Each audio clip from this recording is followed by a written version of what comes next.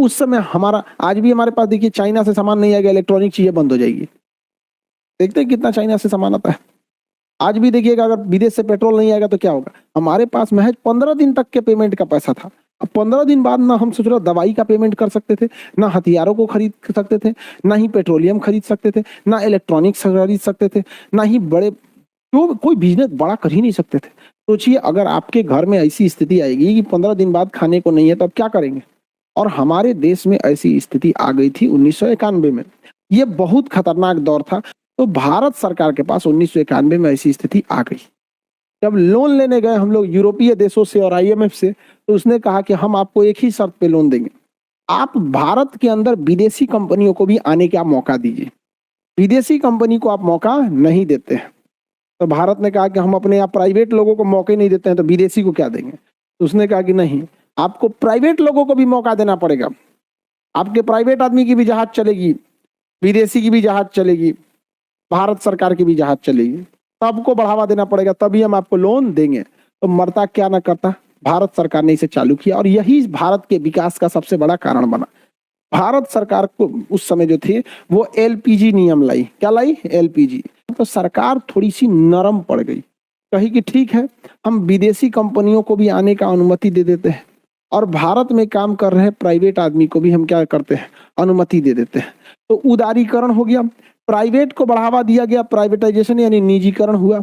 विदेशी कंपनियों को भी बुलाने का मौका मिला, ग्लोबलाइजेशन हुआ यानी भूमंडलीकरण यानी वैश्वीकरण हुआ। यानी 1991 में हमारी अर्थव्यवस्था में विदेशी कंपनियों ने, विदेशी देशों ने तथा आईएमएफ ने जो लोन दिया था कि हम 15 दिन के बाद अपनी अर्थव्यवस्था को खड़ा कर सके, बदले में उन्होंने हमसे एलपीजी करा लिया। एलपीजी मतलब लिबरलाइजेशन, प्राइवेटाइजेशन और ग्लोबलाइजेशन। सरकार ग्लोबल यानी विदेशी कंपनियों के साथ तथा प्राइवेट कंपनियों के साथ लिबरल रहेगी, लड़ाई झगड़ा भेदभाव नहीं करेगी, लड़ाई झगड़ा भेदभाव नहीं करेगी। सरकार ने यह शर्तें मान ली, लेकिन कुछ शर्त रख दिया। शर्त ये रखा कि कोई भी विदेशी कंपनी भारत में सेना का कोई सामान नहीं बना सकती है, अंतरिक्ष का कोई सामान नहीं बना सकती है, रेलवे नहीं खोल सकती है, वो आपका अंतरिक्ष कार्यक्रम को नहीं कर सकती है, पेट्रोलियम में नहीं कर सकती है। क्या बताइए कोई विदेशी कंपनी का पेट्रोल पंप देखे हैं? नहीं देखे हैं। तो ये काफी स्ट्रिक्टली नियम लाया गया था 1991 में। भारत की अर्थव्यवस्था 1991 में पैसा मिला, तो भारत सरकार को जैसे पैसा मिला, भारत सरकार इमरजेंसी के चीजों को अपने यहाँ रख लिया। और भारत सरकार ने जैसे ग्लोबलाइजेशन किया, क्या किया? ग्लोबलाइजेशन किया। तो ग्लोबलाइजेशन जैसे किया कि भाई आप कार का फैक्ट्री डाल दीजिए, मोटरसाइकिल का डाल दीजिए, स्कूटी का डालिए, ट्रक का डालिए, बस का डालिए, बढ़िया बढ़िया वॉशिंग मशीन, फ्रिज, कूलर की फैक्ट्री डालिए। तो सर विदेशी कंपनियां धड़ल्ले से आई फैक्ट्री डालने के लिए कि भैया भारत में ये सब चीजें तो पहले से बनती नहीं थी, हम कमा के लाल हो जाएंगे। तो जैसे वो कंपनियां भारत में आई तो लोगों को रोजगार मिलने लगा। भारत सरकार को क्या लगा? कुछ नहीं, बस उनको मौका दिया गया। जैसे वो कंपनी आई, जमीन खरीदी, यहाँ के मजदूरों को ली, उन्हें ट्रेनिंग दी, सैलरी दिए, काम कराए, बहुत ज्यादा भारत को पैसा भी आने लगा, रोजगार भी मिल गया यहाँ पर उन कंपनियों के आने से। लेकिन सरकार का अभी भी खर्च कम नहीं हो रहा था। समस्या ये था कि सरकार इतने बोझ पाल रखे थे जिसका कोई हद नहीं। तो सरकार ने अपने बोझ किसको दे दिया? प्राइवेट कंपनियों को। किसको दे दिया? प्राइवेट कंपनियों को। देखिए आज भी सरकार से जो चीज नहीं चल पाता है प्राइवेट को दे देता है। एलआईसी प्राइवेट को, बैंकों को प्राइवेट को। तो वो प्राइवेट इंसान अपना काम चला लेता है। तो सरकार ने अपनी जान बचाने के लिए दो काम किया, ग्लोबलाइजेशन और प्राइवेटाइजेशन। इससे बहुत ज्यादा रोजगार मिला। अब जैसे देखिए बैंक है, एसबीआई बैंक है, और वहीं पे बगल में प्राइवेट बैंक भी है, एचडीएफसी बैंक है। प्राइवेट बैंक कैसा है? एचडीएफसी है। एचडीएफसी कैसा बैंक है? प्राइवेट बैंक है। तो इससे काफी फायदा हुआ। सरकार को हर जगह अपना बैंक खोलेगी तो बिल्डिंग खरीदो या जमीन खरीदो, लाइट का बिजली बिल भरो, कर्मचारियों को सैलरी दो, सारा काम सरकार खुद नहीं कर सकती है। इसलिए आधा तो जिम्मेदारी प्राइवेट कंपनियों ने उठा लिया।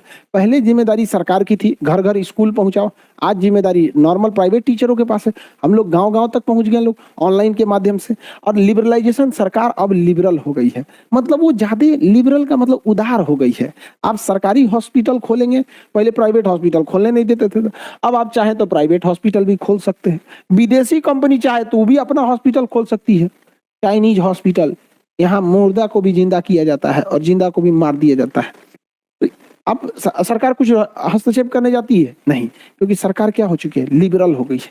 इस वजह से भारत में भयानक क्रांति आई, इतनी जबरदस्त क्रांति आई, लेकिन भारत सरकार ने नियम रख दिया, कहा कि प्राइवेट कंपनी और विदेशी कंपनी, जब भी विदेशी कंपनी आएगी तो महज 49% योगदान देगी भारत में, और उसे भारत के किसी प्राइवेट कंपनी से शेयर पार्टनरशिप करना पड़ेगा 51% का।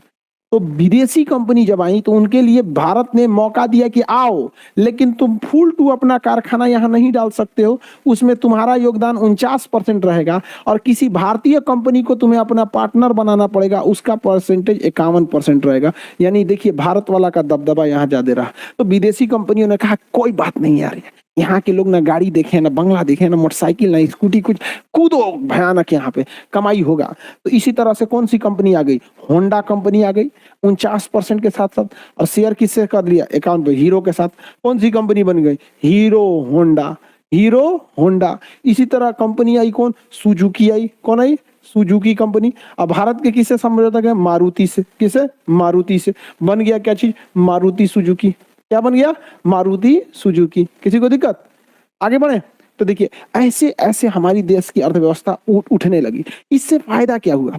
इन विदेशी कंपनियों को आने से रोजगार मिला, टेक्नोलॉजी सीखने को मिला, और भारत वाला नया नया टेक्नोलॉजी सीख गया। आज होंडा अलग हो गया, कोई टेंशन नहीं, हीरो अपना चल रहा है। आज सुजुकी अलग हो गया, कोई दिक्कत नहीं, मारुति अपना अलग चल रहा है। यहाँ पे समझ में आ गई नहीं क्या? तो एक से एक काम किया गया यहाँ पर।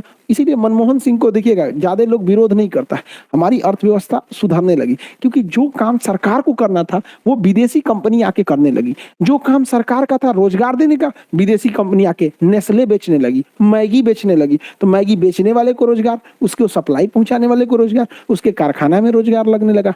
विदेशी कंपनी आई यूनिलीवर। कौन आई? यूनिलीवर। यूनिलीवर आई, टॉप गए, Tide, Surf Excel, Closeup, Fair and Lovely, Vaseline, ऐसा ऐसा क्रीम बना रहा है सब, मेकअप का सामान बना रहे हैं सब, आईफोन बना देता है सब नोकिया को। मेकअप में इतना दम है, समझ में आ गया कि नहीं आ गया? बहुत खतरनाक। तो जो काम सरकार का था रोजगार देने का, वो कौन करने लगे? विदेशी कंपनी। विदेशी कंपनियों को मल्टीनेशनल कंपनी कहते हैं, MNC, multinational company. Google India में एंट्री मार दिया, अमेजोन मारा, फ्लिपकार्ट मारा, विदेशी कंपनियों की होड़ लग गई भारत में, एकदम धड़ाधड़, बहुत जबरदस्त लग गया। तो भारत सरकार को कई सारे कामों में फायदा हुआ। प्राइवेट कंपनी आ गई, कंपटीशन हो गया, कंपटीशन के चक्कर में अपनी टेक्नोलॉजी को सुधारने में लग गया। उसने 2G लाया तो बगल वाला 3G लाया, तो ये आया 4G लाया, हुआ है फ्री कर दिया। लो, कंपटीशन के चक्कर में धड़ल्ले से आने लगी। तो सरकार, जो भारत सरकार को जो पैसा खर्च करना पड़ता था जगह जगह, वो खर्च नहीं करना पड़ा। भारत सरकार टुकुर टुकुर देख रही है, हाँ उधर कारखाना लग रहा है, यहाँ ये लग रहा है। तो धीरे धीरे हमारी अर्थव्यवस्था अपने जगह पर आ गई, और इस अर्थव्यवस्था के हमारे अपने जगह पे आने के कारण हम लोगों ने IMF का लोन भी चुका दिया, और अपना ट्रेड बैलेंस को भी ठीक किए थे। किसके तहत? LPG के तहत। इसके उदारीकरण से बहुत ज्यादा फायदा हुआ। फायदा ये हुआ कि प्राइवेट कंपनियों को मौका मिला। प्राइवेट कंपनी हर चीज से मुनाफा कमाना चाहती है। पहले सरकारी कंपनी थी, जैसे दूध की फैक्ट्री है, दूध निकाला, दूध से खूब पनीर निकाल लिया। अभी वही प्राइवेट कंपनी को देंगे, A ग्रेड का दूध, B ग्रेड का दूध, C ग्रेड का दूध, उससे पेड़ा, उससे पनीर, दही, आइसक्रीम, 75 टाइप का बना डाला हुआ। तो भारत सरकार को काफी ज्यादा फायदा हुआ। किस चीज से? ग्लोबलाइजेशन और प्राइवेटाइजेशन से। और सरकार का अपना खर्च कम हो गया। सरकार का अपना खर्च क्या हो गया? कम हो गया। आज भी सरकार प्राइवेटाइजेशन कर देती है कि नहीं कर देती? फड़ल्ले से सरकार प्राइवेटाइजेशन करती है। उदारीकरण का मतलब क्या होता है? सरकार भेदभाव नहीं करेगी। सरकारी स्कूल खोलिए, प्राइवेट स्कूल खोलिए, प्राइवेट स्कूल खोल के अपने पढ़ाते रहिए। आप देखिए आजकल गली गली में प्राइवेट स्कूल खुल गया, बस में भर ले आ रहे हैं सब, पढ़ा पहुंचा दे रहे हैं सब। गाँव में बस घुमा दिया है सब, भर ले आ रहे हैं सब, गाँव में पढ़ा के भेज दे रहे हैं, जा पढ़ लिया। तो हर चीज में इससे फायदा हो गया। यही नियम 1947 में जवाहरलाल नेहरू लगा देते और जल्दी हम लोग आगे बढ़ जाते। क्यों? सोचने वाली बात है। विदेशी कंपनियों को कहते तुम भी आओ निवेश करो, प्राइवेट कंपनियों को कहते तुम भी आगे बढ़ो। समझ में आइए? तो क्या होता? हम लोग और चौपट हो जाते। देखो कैसे, जब हम देश आजाद हुआ था ना, हम लोग इतने गरीब थे कि हमारे यहाँ फैक्ट्री लगाने का खुद किसी के यहाँ पैसे नहीं था। और अगर 1991 में LPG कर देते हैं, लिबरल हो जाते हैं, कहते हैं प्राइवेट कंपनी तुम भी बढ़ो, ग्लोबल कंपनी तुम भी बढ़ो। तो क्या होती कि प्राइवेट लिबरल होने से प्राइवेट कंपनी के पास पैसा ही नहीं था, उस समय देश आजादी से जस्ट हुआ था। ग्लोबल कंपनी आ जाती, विदेशी कंपनी भारत में, और भारत में अपने प्रोडक्ट्स को सस्ते दाम में बेच देती।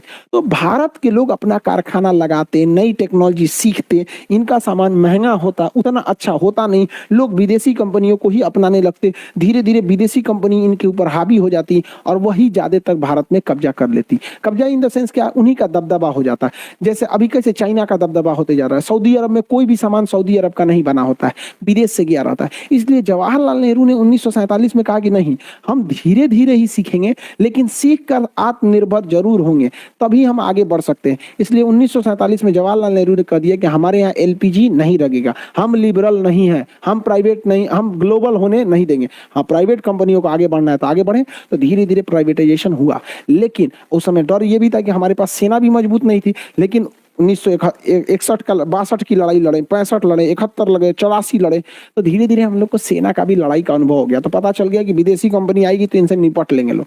और जब 1991 आया तो भारत की प्राइवेट कंपनियां बहुत हद तक सीख चुकी थी चीजों को, भारत की प्राइवेट लोग अब जागरूक हो चुके थे। और साथ ही साथ जो एलपीजी लाया गया वो 49 और कितने % का लाया गया, 51% का, कि ताकि कोई भी भारतीय कंपनी को आगे बढ़ाना पड़े मजबूरी में। तो मजबूरी में हीरो को आगे बढ़ाया सब, मजबूरी में मारुति को बढ़ाया सब। लेकिन जब धीरे धीरे और समय आया, नरेंद्र मोदी की सरकार आई, तो इन्होंने कह दिया कि देखिए अब कोई भी विदेशी कंपनी को आना है तो आप 100% ले आ सकते हैं। कितना %? 100%। जब 100% हुआ तो होंडा अलग हो गया, हीरो अलग हो गया। तो अब क्या फायदा है, अलग हो जाओ। हम लोगों ने तो जो सीखना था सीख लिए। तो आप बताइए ये अच्छा हुआ या नहीं हुआ? Here we go. Wonder where the next one is going to यहाँ पे fly. देख सकते हैं आप कहाँ पे बॉल जा रही है।